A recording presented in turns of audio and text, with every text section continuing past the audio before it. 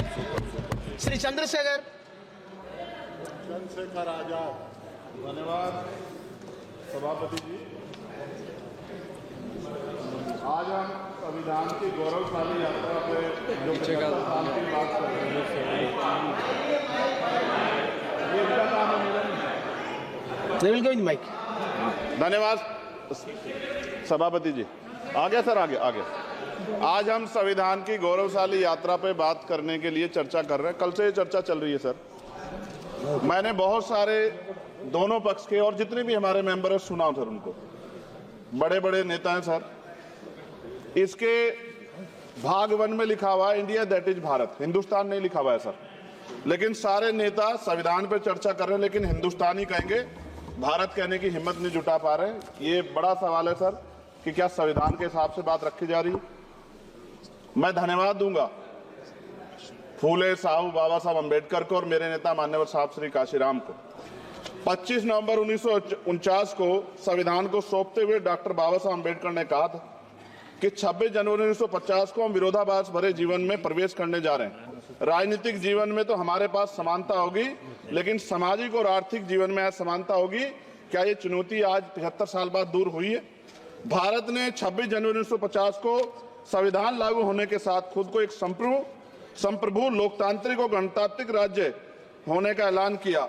लेकिन सर उस समय संविधान की स्थिति ये थी कि जैसे गांव का कोई आदमी, मैं 50 की बात कर रहा हूं, वो 50 साल पहले शहर में आ जाता और बड़े लोगों की महफिल में चला जाता, उस जहां वो खाना खा रहे हो, और वो टेबल पे नैपकिन को खा के जो है कि कहता कि ये तो फीका, क्योंकि वो जानता ही नहीं था, वो समझता नहीं था संविधान को, संविधान है क्या। संविधान उसके लिए महज दस्तावेज था। ये जिम्मेदारी थी राजनीतिक दलों पे कि वो संविधान को व्यवहार में लेके आते। और इसके इतने सारे आर्टिकल हैं, अगर इनको व्यवहार में लाया जाता तो मुझे लगता कि आज देश बहुत बदल गया होता। बाबा साहब ने कहा था कि लोकतंत्र भारतीय भूमि का केवल ऊपरी पोशाक है, उनके अनुसार यहाँ की संस्कृति अनिवार्य तौर पर लोकतांत्रिक है। भारत जैसे गरीब और गैर बराबरी वाले देश में संविधान के जरिए छुआछूत खत्म करना, वंचितों के लिए सकारात्मक उपाय करना, सभी वयस्कों के लिए मतदान का अधिकार देना और सबके लिए सम्मान अधिकार तय करना, ये बहुत बड़ी उपलब्धि थी सर। ये संविधान है कि आप वहां बैठे हैं और मैं यहाँ खड़ा होकर अपनी बात रख रहा हूं, और इस देश में आदिवासी महिला के तौर पे जो है राष्ट्रपति बनी है, और प्राइम मिनिस्टर तो नहीं बना, लेकिन शेड्यूल कास्ट के बड़े नेताओं को भी जो है राष्ट्रपति बनने का मौका मिला। इस संविधान की देन, अगर वोट हम पे नहीं होता तो शायद अमीर और जो राजा महाराजा खुद को मानते हैं हमारी गलियों तक नहीं आ पाते, हमारे हाल नहीं जान पाते। आजादी का मतलब सर सिर्फ अधिकार पाना भर नहीं है, इसके लिए हमारे संविधान में सरकार और नागरिकों के अधिकारों के साथ साथ उनके कर्तव्यों का विस्तार से उल्लेख किया गया है। बाबा साहब ने संविधान सभा में दिए गए भाषण में कहा था कि स्वतंत्रता आनंद का विषय है, पर अब हमें अपनी जिम्मेदारियों पर भी ध्यान देना होगा। संविधान ने सुनिश्चित किया कि रानी के पेट से राजा जन्म नहीं लेगा, वोट से नेता तैयार होगा। आर्थिक बराबरी के लिए सरकार क्या कर रही है? गरीब और गरीब हो रहा है और अमीर हो रहा है। सुबह उठते कहीं बम की धमकी मिलती, कहीं दंगे की। ये अमृत काल है सर या धमकी काल है? कितना बढ़ रहा है आर्टिकल 15 सर। भारत में आज भी घोड़ी चढ़ने बैठते होती है। प्लीज सर, क्या दलितों को यहाँ भी बोलने का नहीं सर? अगर सबको 4 मिनट दे दो, मुझे दे दो। ये भेदभाव नहीं चलेगा दलितों के साथ। Time is 4 minute, don't waste. भाई सर, आप चेक करो, अगर सबको 4 मिनट दिए तो आप मना करो, मैं बंद कर देता हूँ इसको। क्या दलितों को सबसे आखिरी में नंबर मिलेगा और बोलने का मौका मिलेगा? क्या मजाक कर रहे हैं सर आप? नो, ये all independent people are having only 4 minutes. You take sir, independent में अपनी पार्टी का मेंबर हूँ सर, और जीत के आया हूँ सर, किसी की दया में नहीं आया। Take 1 minute and finish sir. कल भी बोले तो एक दलीय पार्टी के लोग, आप मौका दो सर। मूछे रखने पर हत्या होती है, महिलाओं पे, छोटे मासूम बच्चों पर रेप हिंसा होती है। एनसीआरबी का डाटा देकर डर लगेगा। यही 1 किलोमीटर में संविधान को जला गया, और महाराष्ट्र के परभनी में अभी भी संविधान को नष्ट किया गया, उसकी कॉपी को।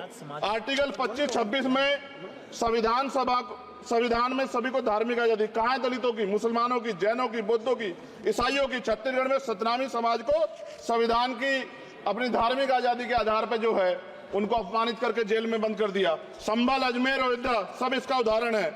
आज ये सरकार आलोचना डरती है। कितने लोग जेल में बंद है?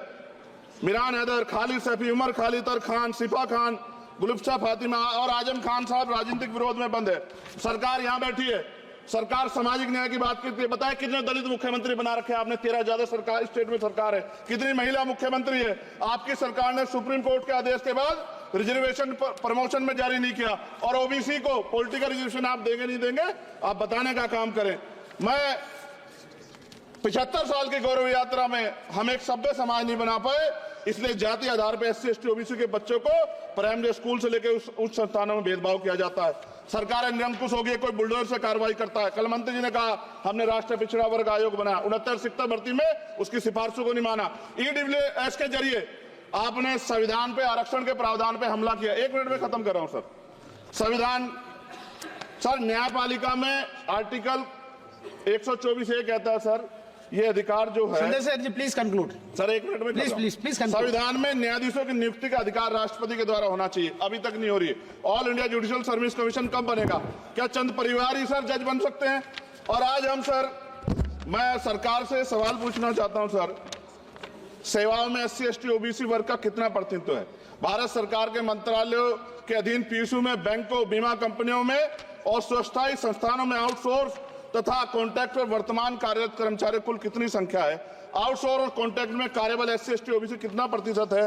निजी क्षेत्रों में कार्यरत कर्मचारी, उनके SC ST OBC की वर्ग लाभ। सर खत्म कर, लास्ट पॉइंट सर, मैं फिर स्पष्ट तौर पर कह रहा हूं सर, यहां बैठे SC और OBC के मेंबर से कह रहा हूं सर, उनको सामाजिक जिम्मेदारी का ध्यान भी रखना चाहिए। पार्टी के प्रति वफादारी के साथ साथ अपने वर्गों के प्रति ईमानदारी भी रखनी चाहिए।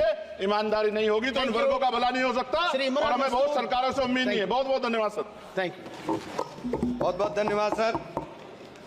आज संविधान की ऊपर चर्चा करने के लिए आपने मुझे